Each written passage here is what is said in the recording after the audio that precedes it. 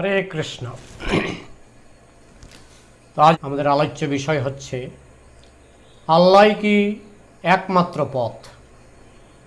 মুসলমান ধর্মই একমাত্র ধর্ম, অন্য কোনো ধর্মই নয়, বা সেগুলিকে গ্রাহ্য করা উচিত নয়, গ্রহণ করা উচিত নয়, সেগুলিকে পরিত্যাগ করতে হবে।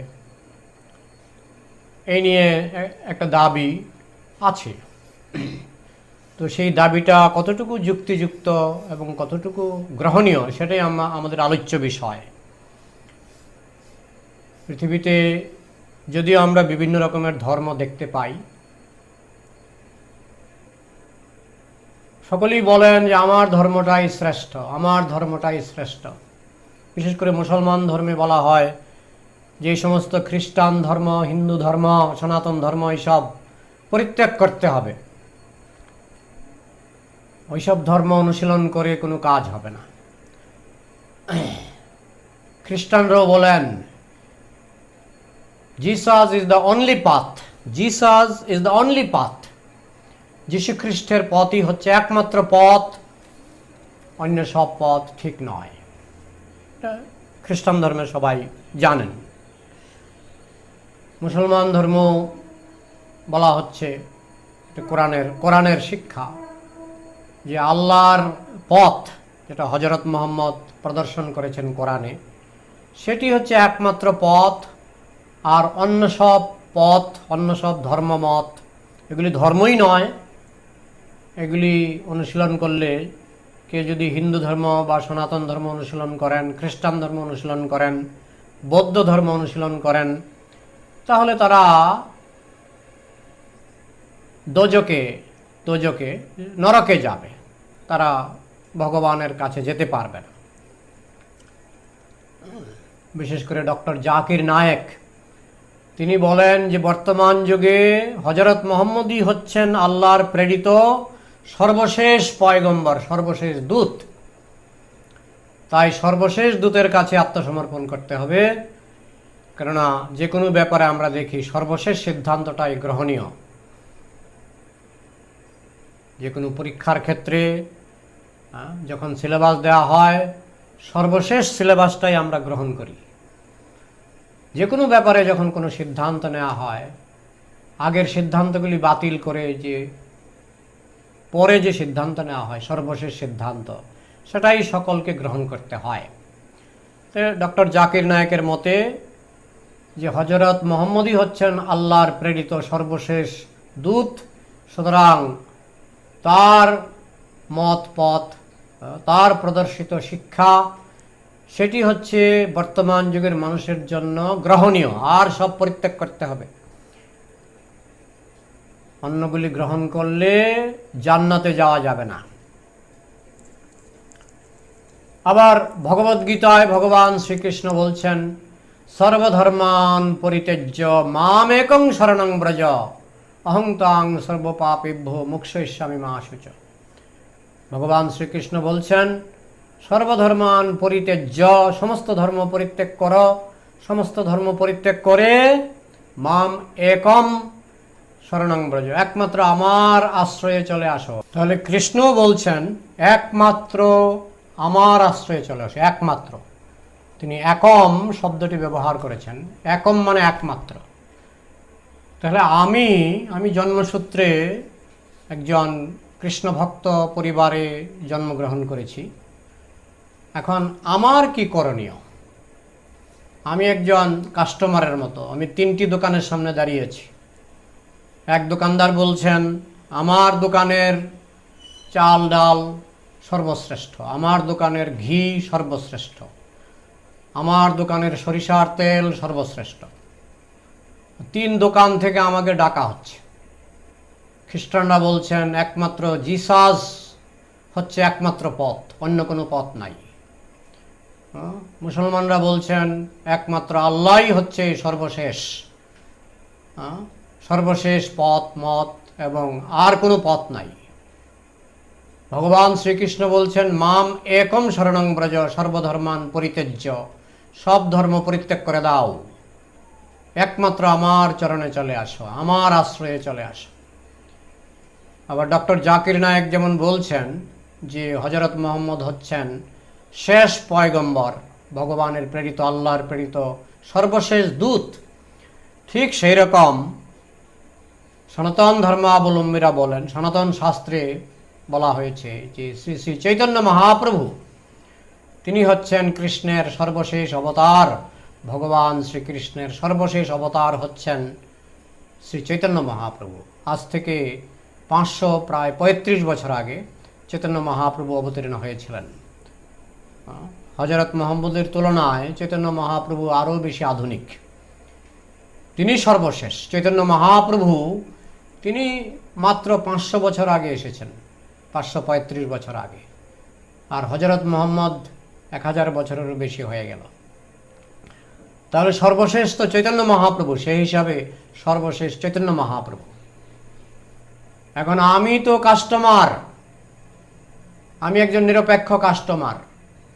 জন্মসূত্রে আমার জন্ম হয়েছে চৈতন্য মহাপ্রভুর ধারায়, তাই জন্মসূত্রে আমি শিখেছি আমার পিতামাতার কাছ থেকে এবং আমাদের সনাতন শাস্ত্র থেকে যে চৈতন্য মহাপ্রভু হচ্ছেন এই যুগের বর্তমানে সর্বশেষ ভগবান, স্বয়ং ভগবানের অবতার।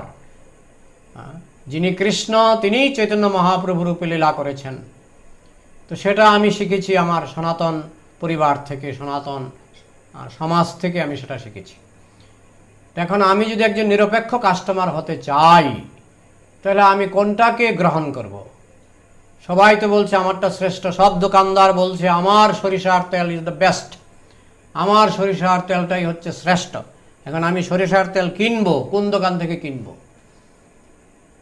তাহলে আমাকে যাচাই করতে হবে। তা আমি যাচাই করতে গিয়ে আমার মনে অনেক প্রশ্ন জেগেছে। সেই প্রশ্নগুলি আমি আমার বিভিন্ন ভিডিওতে প্রকাশ করেছি, কিন্তু আমি যখন আমার ইনবক্সে, কমেন্ট বক্সে দেখি, আমার প্রশ্নের উত্তর আজ পর্যন্ত আমি পাইনি। যেমন দৃষ্টান্তস্বরূপ, আল্লাহ কেন আমাকে হিন্দু পরিবারে, কৃষ্ণভক্ত পরিবারে জন্ম দিলেন? যদি মুসলমান ধর্মই যদি একমাত্র ধর্ম হয়, তিনি কেন আমাকে সনাতন পরিবারে জন্ম দিলেন? তার ইচ্ছা ছাড়া তো একটা ঘাসও নড়ে না। তাই যারা হিন্দু পরিবারে জন্মগ্রহণ করছে, যারা বৌদ্ধ পরিবারে জন্মগ্রহণ করছে, যারা খ্রিস্টান পরিবারে জন্মগ্রহণ করছে, আল্লাহ কেন তাদেরকে ওই সমস্ত পরিবারে ঢুকিয়ে দিলেন? তো কেউ কেউ একটা উত্তর দিচ্ছে, যে এই উত্তরে আমি অন্তত সন্তুষ্ট হতে পারছি না। কেউ কেউ বলছেন যে আপনার জন্ম যদি কৃষ্ণভক্ত পরিবারেও হয়ে থাকে, জন্মসূত্রে আপনি একজন মুসলমান। জন্ম থেকে আমি দেখছি আমার বাবা কৃষ্ণ পূজা করছেন, চৈতন্য মহাপ্রভুর পূজা করছেন। জন্ম থেকেই আমরা যে সমাজে বাস করছি, এবং বিশেষ করে আমাদের সনাতন সমাজে যে বৈষ্ণব ধর্ম, জন্ম থেকেই তারা নিরামিষ খায়। তো সেইগুলিতে যখন আমরা জন্ম থেকেই আমরা যখন বৈষ্ণব পরিবারে জন্মগ্রহণ করি, তখন আপনি যে বলছেন যে জন্মসূত্রে আপনি মুসলমান, তাহলে জন্মসূত্রে আমি কৃষ্ণ পূজা করেও যদি মুসলমান হতে পারি, তাহলে আমার কৃষ্ণ পূজা করতে অসুবিধাটা কোথায়?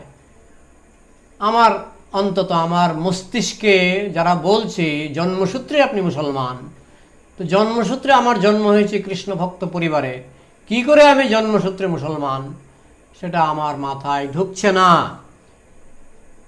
জন্মসূত্রে আমি কৃষ্ণ নাম জপ করি, জন্মসূত্রে আমি কৃষ্ণ ভক্ত পরিবারে কৃষ্ণকে ভগবান বলে মেনে এসেছি, তাহলে জন্মসূত্রে আমি মুসলমানটা কি করে হলাম আমার মাথায় ঢুকছে না। কেন আল্লাহ আমাকে কৃষ্ণ ভক্ত পরিবারে জন্ম দিলেন? কেন আল্লাহ কোটি কোটি মানুষকে কৃষ্ণ ভক্ত পরিবারে জন্ম দিলেন? আল্লাহ তো ইচ্ছা করলে সবাইকেই মুসলমান পরিবারে জন্ম দিতে পারতেন। তো এই একটা প্রশ্ন আমি বহু জায়গায় করেছি, বহু ভিডিওতে করেছি, আজ পর্যন্ত সন্তোষজনক উত্তর আমি পাইনি। আরেকটা প্রশ্ন আমি অনেক ভিডিওতে করেছি, যে আল্লাহ কেন পশুদের প্রতি এত নিষ্ঠুর? আল্লাহ গরুর প্রতি নিষ্ঠুর, ছাগলের প্রতি নিষ্ঠুর। আল্লাহ বলেই দিয়েছেন এগুলি ধরে ধরে খাবে। হযরত মুহাম্মদের নির্দেশ অনুসারে এই সমস্ত পশুদের আমরা খেতে পারি। তো আল্লাহ তো করুণার সাগর, দয়ার সাগর। একটা গরুকে বা একটা ছাগলকে যখন হত্যা করা হয়, তো আল্লাহ কেন এই নিষ্ঠুরতাকে প্রশ্রয় দিলেন? পশুর প্রতি তিনি এত নিষ্ঠুর কেন? যিনি দয়ার সাগর, তিনি পশুর প্রতি এত নিষ্ঠুর কেন? তো তার উত্তর আমি বহু ভিডিওতেই প্রশ্ন করেছি, তার উত্তর আমি পাইনি। কেউ কেউ বলছেন আরে আপনাদের সনাতন শাস্ত্রেও তো গোহত্যার কথা আছে, কিন্তু প্রশ্ন তো আমার শুধু মুসলমানকে নিয়ে নয়, প্রশ্ন আমার সনাতন শাস্ত্রকে নিয়েও, যে ভগবান পশুর প্রতি নিষ্ঠুর কেন। হ্যাঁ, সনাতন শাস্ত্রে একটা উত্তর আছে যে পশুগুলি পূর্বজন্মে তারা কিছু পাপ করেছিল, পাপের ফলে তারাও একসময় মানুষ ছিল, এমনকি দেবতাও ছিল, কিন্তু পাপ করতে করতে তারা পশুদেহ লাভ করেছে পাপের ফলে, এবং পাপের ফলে তাদেরকে পরবর্তীকালে কেউ না কেউ এসে হত্যা করছে, কেউ ছাগলকে হত্যা করছে, কেউ শূকরকে হত্যা করছে, কেউ গরুকে হত্যা করছে। এগুলি তাদের পূর্বজন্মের পাপের ফল। সে একটা উত্তর সনাতন শাস্ত্রে পণ্ডিতরা দিয়ে থাকেন, এবং ভগবদ্গীতাতেও সেই পুনর্জন্ম জন্মান্তর স্বীকার করা হয়েছে। কিন্তু আমি যখন মুসলমান পণ্ডিতদের কাছে প্রশ্ন করি, তারা বলেন এটা, আমি উত্তর পাইনি আসলে। অনেকে বলেন পরীক্ষা, পশুর পরীক্ষা আবার কি? একটা গরুকে কাটা হচ্ছে, গরু কষ্ট পাচ্ছে, তার আবার কি পরীক্ষা? তার তো কোনো, আমি তো বুঝতে পারি না তার কি পরীক্ষা। তো ভগবান বা আল্লাহ তিনি পশুর প্রতি, গরুর প্রতি, ছাগলের প্রতি তিনি এত নিষ্ঠুর কেন? বলে তিনি নিষ্ঠুর নন, মানুষ নিষ্ঠুর। না, তিনি মানুষকে অনুমতি দিয়েছেন তোমরা এই সমস্ত পশুকে হত্যা করতে পারো। তাহলে করুণা সাগর আল্লাহ তিনি পশুর প্রতি নিষ্ঠুরতা কেন দেখাচ্ছেন, সেটা আমি এখনও উত্তর পাইনি। আর যে সমস্ত গুজামিলের উত্তর আমি পেয়েছি সেগুলিতে আমার মন ভরছে না। আমি আরও একটা প্রশ্ন করেছি, যে একটা বিমান দুর্ঘটনা যখন হয়, অনেক সময় বিমান দুর্ঘটনায় মাতৃগর্ভ শিশু মারা যায়, মায়ের গর্ভে হয়তো 8 মাসের শিশু আছে, 8 মাসের শিশু বিমান দুর্ঘটনায় মারা গেল, তো আল্লাহ কেন শিশুকে কষ্ট দিলেন? তো অনেকে বলেন যে আল্লাহর কি দোষ, বিমান দুর্ঘটনা হয়েছে। না, বিমান দুর্ঘটনাকে আল্লাহ বন্ধ করতে পারেন না? যদি বন্ধ করতে না পারেন, তাহলে এই যে নিষ্পাপ শিশুটা, 8 মাসের শিশুটা মাতৃগর্ভে আগুনে ঝলসে মারা গেল বিমান দুর্ঘটনায়, আল্লাহ কেন বাধা দিলেন না? আল্লাহ কেন সেই নিষ্পাপ শিশুটিকে রক্ষা করলেন না যন্ত্রণা থেকে? কেউ কেউ বলেন এটা আল্লাহ শিশুটাকে পরীক্ষা করছেন। আল্লাহ কি করে শিশুটাকে পরীক্ষা করছেন আমার মস্তিষ্কে ঢুকছে না। সনাতন শাস্ত্রে বলা হয় শিশুটা পূর্বজন্মে কোনো পাপ করেছিল, পূর্বজন্মে সে মানুষ ছিল, কোনো না কোনো জন্মে সে মানুষ ছিল। 84 লক্ষ রকমের জন্ম আমরা ভ্রমণ করি, 84 লক্ষ রকমের দেহ, আত্মা বা রূহ, 84 লক্ষ রকমের দেহ একটার পর একটা সে গ্রহণ করে, জন্ম হয়, মৃত্যু হয়, জন্ম হয়, মৃত্যু হয়। কোনো কোনো মনুষ্য জন্মে এই শিশুটা তার পূর্বজন্মে মানুষ ছিল, কোনো না কোনো জন্মে সে মানুষ ছিল, তখন সে পাপ করেছিল, তখন সে মাতৃগর্ভে কোনো শিশুকে হত্যা করেছিল। তো তার জন্য তাকে হয়তো এরোপ্লেন অ্যাক্সিডেন্টে ওই 8 মাস বয়সে মায়ের গর্ভে থাকতেই তার মৃত্যু হলো। এটা সনাতন ধর্মে, যারা সনাতন ধর্ম অবলম্বী তারা এরকম উত্তর দিয়ে থাকেন যে পূর্বজন্মের পাপের ফলে শিশু এরোপ্লেন অ্যাক্সিডেন্টে কষ্ট পেয়ে মারা গেল। কিন্তু আমি যখন মুসলমান স্কলারদের এই প্রশ্ন করি, তারা, আমি অন্তত কনভিন্সিং উত্তর, যে উত্তর শুনে মন ভরে ওঠে, যে উত্তর শুনে আমার মনে বিশ্বাস জেগে ওঠে, সেই উত্তর কিন্তু আমি পাইনি। এরকম অসংখ্য প্রশ্ন আমি করে চলেছি, আমি কিন্তু সন্তোষজনক উত্তর পাচ্ছি না। তাই 3 জন দোকানদার যখন বলছেন আমার সরিষার তেল শ্রেষ্ঠ, আমি তো সেখানেই যাব যেখানে আমি সন্তোষজনক উত্তর পাচ্ছি। তুলনামূলকভাবে আমি দেখলাম যে সনাতন শাস্ত্রে যে উত্তর দেওয়া হয়েছে যে পূর্বজন্মের পাপের ফলে মানুষ কষ্ট পায়, পূর্বজন্মের পাপের ফলে গরু কষ্ট পায়, পূর্বজন্মের পাপের ফলে ছাগল কষ্ট পায়, তো একটা উত্তর তো আমি পাচ্ছি। তো ডক্টর জাকির নায়েক বলেন, তো পূর্বজন্মে যদি মানুষ পাপ করে তাহলে তো জনসংখ্যা কি কমবে না, জনসংখ্যা বাড়ছে কেন? কেন, পাপেরও মানুষ হয়ে জন্মাতে পারে। এছাড়া 84 লক্ষ রকমের প্রাণী আছে, মশা মাছি, এরাও ক্রমে ক্রমে মানুষ হয়। অসংখ্য প্রাণী আছে, 84 লক্ষ রকমের প্রাণী, জলজা নবলক্ষানি, 9 লক্ষ রকমের প্রাণী জলে জন্ম হয়, তারাও পরে মানুষ হয়। জলজা নবলক্ষানি স্থাবরা লক্ষবিংশতি, 20 লক্ষ রকমের গাছপালা আছে, তারাও পরে মানুষ হয়। স্থাবরা লক্ষবিংশতি, কৃময় রুদ্র সংখ্যকা, 11 লক্ষ রকমের কীটপতঙ্গ আছে, তারাও পরে মানুষ হয়। ক্রিমে রুদ্র সংখ্যকা পক্ষিনাম দশলক্ষণম, 10 লক্ষ রকমের পাখি আছে, তারাও পরে মানুষ হয়। 30 লক্ষানি পশব, 30 লক্ষ প্রকারের জন্তু জানোয়ার পশু আছে, তারাও পরে মানুষ হয়। 4 লক্ষানি মানুষ আছে, 4 লক্ষ রকমের মানুষ আছে, তারাও তো পাপ করলেও মানুষ হতে পারে। সব পাপই নরকে যায় না।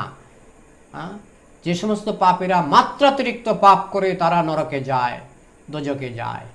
যারা মাঝামাঝি পাপী তারা কিন্তু পুনরায় মানুষ হতে পারে। তাদের হয়তো ক্যান্সার হবে, যক্ষা হবে, তাদের হয়তো অ্যাক্সিডেন্টে মৃত্যু হবে, এরোপ্লেন অ্যাক্সিডেন্টে মৃত্যু হবে, গাড়ি অ্যাক্সিডেন্টে মৃত্যু হবে, রোগে মৃত্যু হবে, অকাল মৃত্যু হবে, দুর্ঘটনায় পড়তে হবে।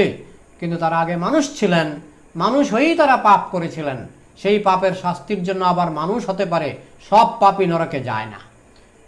তো 84 লক্ষ রকমের প্রাণী যদি পরে পরে ক্রমে ক্রমে মানুষ হয়, তাহলে মানুষের সংখ্যা বাড়তেই পারে। এছাড়া অনন্ত কোটি গ্রহ নক্ষত্রে যে বিভিন্ন গ্রহ নক্ষত্র আছে, অনন্ত কোটি গ্রহ নক্ষত্র আছে, সেই সমস্ত গ্রহ নক্ষত্র থেকে যেমন স্বর্গ থেকে পৃথিবীতে পুনর্জন্ম হয়, স্বর্গের দেবতারা পৃথিবীতে এসে পুনর্জন্ম করে, পুনর্জন্ম গ্রহণ করে। এইভাবে বিভিন্ন গ্রহ নক্ষত্রে যে জীবের মৃত্যু হয়, অনন্ত কোটি গ্রহ নক্ষত্রে যে জীবের মৃত্যু হয়, তারাও পৃথিবীতে এসে পুনর্জন্ম গ্রহণ করতে পারে। তাই জনসংখ্যা তো বাড়তেই পারে। আবার অন্য গ্রহে যখন প্রাণী চলে যাবে তখন জনসংখ্যা কমতেও পারে। এটা আমি বহু ভিডিওতে বলেছি যে বাড়লে উত্তর আছে, কমলে উত্তর আছে। জনসংখ্যা বাড়লেও উত্তর আছে, জনসংখ্যা কমলেও উত্তর আছে সনাতন শাস্ত্রে। তো এখন আমি কাস্টমার হিসাবে আমি কোন দোকানে যাব? সব দোকানদারই বলছেন আমার ঘি ভালো, আমার ঘি সর্বশ্রেষ্ঠ, আমার মুগ ডাল সর্বশ্রেষ্ঠ। তো আমি কাস্টমার হিসাবে আমি কোনটা বেছে নেব? যেখানে আমি যুক্তি বেশি পাচ্ছি, যেখানে আমি দেখতে পাচ্ছি যে হ্যাঁ শাস্ত্র যুক্তি বেশি, আবার মানুষের আচার আচরণও আমি দেখব যে পৃথিবীতে অনেকে বলে যে পৃথিবীতে সনাতন ধর্মাবলম্বীরা বেশি শান্তিপ্রিয়।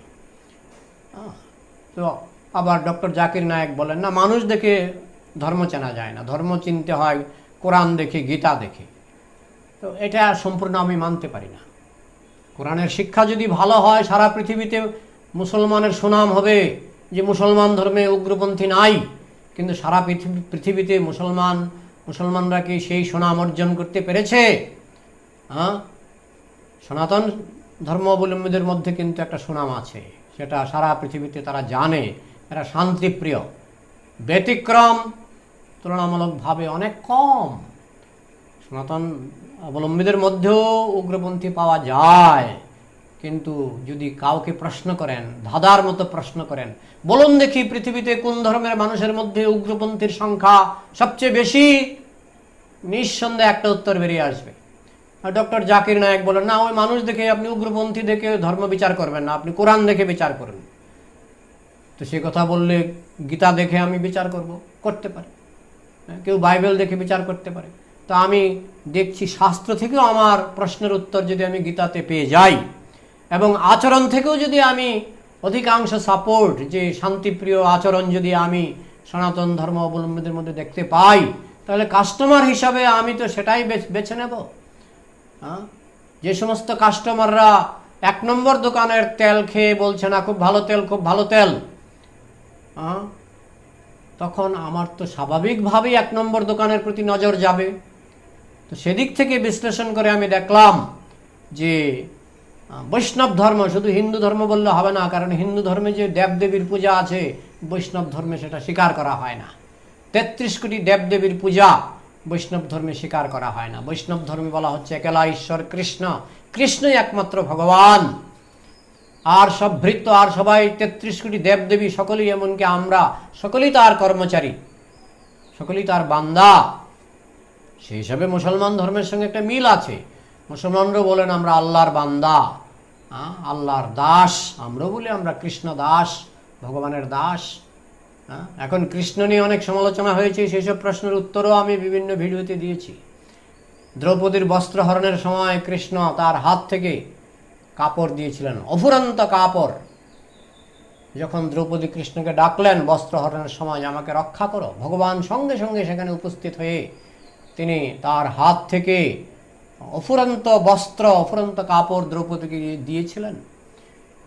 কৃষ্ণ তিনি যখন এই সংসারে নাটক করছিলেন, তখন তিনি 7 বছর বয়সে তার বাঁ হাতের কনিষ্ঠ আঙুল দিয়ে তিনি গোবর্ধন পর্বতকে ধরে রেখেছিলেন 7 দিন 7 রাত্র। ভগবান শ্রীকৃষ্ণের বহু লীলা আছে। তিনি যখন দ্বারকাতে বিবাহ নাটক করেছিলেন, সেই বিবাহ নাটকে আমরা দেখি যে 16,108 জন বিবাহ করেছেন। প্রত্যেক স্ত্রীর সঙ্গে একজন করে কৃষ্ণ, আলাদা আলাদা কৃষ্ণ। এমন নয় যে একজন কৃষ্ণ আর 16,108 জন পত্নী, এরকম নয়। তিনি যখন রাস নাচ করেছিলেন তারই শক্তির সঙ্গে, এরা কেউ পরস্ত্রী ছিল না, এরা তারই অন্তরঙ্গা শক্তি। সূর্যের শক্তি যেমন সূর্যের কিরণ, ঠিক তেমনি কৃষ্ণের শক্তি হচ্ছেন এই সমস্ত গোপীরা। তো কৃষ্ণ প্রত্যেক গোপীর সঙ্গে একজন করে কৃষ্ণ, লক্ষ লক্ষ গোপীর সঙ্গে একজন করে কৃষ্ণ। তার রূপ আছে, তার রূপের অভাব নাই, কারণ তিনি পূর্ণ। তিনি পূর্ণ, যিনি পূর্ণ তার অভাব থাকবে কেন? মুসলমান ধর্মে যে বলা হয় তার রূপের অভাব, রূপের অভাব, আরে অভাব অনটন পূর্ণতার মধ্যে থাকতে পারে না। আমাদের সনাতন শাস্ত্রে বলা হয়েছে অনন্ত রূপম, তার রূপের কোনো অভাব নেই, অনন্ত রূপ। এইভাবে সনাতন শাস্ত্রের উত্তরগুলি যদি আমার কাছে যুক্তিযুক্ত মনে হয়, তাহলে আমি এই দোকানেই ঢুকবো। কাস্টমারও দেখছি এই দোকানে কাস্টমাররা সন্তুষ্ট, শান্তিপ্রিয়, তাহলে আমি এই দোকানেই ঢুকবো। যে দোকানে মারপিট হচ্ছে আমি সেই দোকানে কেন ঢুকবো? এগুলি ভেবেচিন্তে আমাকে নির্বাচন করতে হবে। সবাই একই রকম কথা বলছে, আমার পথই শ্রেষ্ঠ, আমার পথই সর্বশ্রেষ্ঠ, আমার পয়গম্বর সর্বশেষ পয়গম্বর। সনাতন ধর্মাবলম্বনও বলছে চৈতন্য মহাপ্রভু হচ্ছেন সর্বশেষ অবতার এই যুগে, বর্তমান যুগে। পরবর্তী অবতার আসবেন, কল্কি অবতার। কিন্তু এখন পর্যন্ত যারা এসেছেন তাদের মধ্যে স্বয়ং কৃষ্ণ চৈতন্য মহাপ্রভু রূপে এসেছেন, এটা সনাতন শাস্ত্রের সিদ্ধান্ত। তিনি এসেছেন হযরত মুহাম্মদেরও পরে, তাহলে সর্বশেষ তো চৈতন্য মহাপ্রভু। তাহলে চৈতন্য মহাপ্রভুর ধর্ম কত সুন্দর, প্রেম ধর্ম। তা আমি প্রেম ধর্ম ছেড়ে আমি উগ্রপন্থীর পথে কেন হাঁটবো? হরে কৃষ্ণ।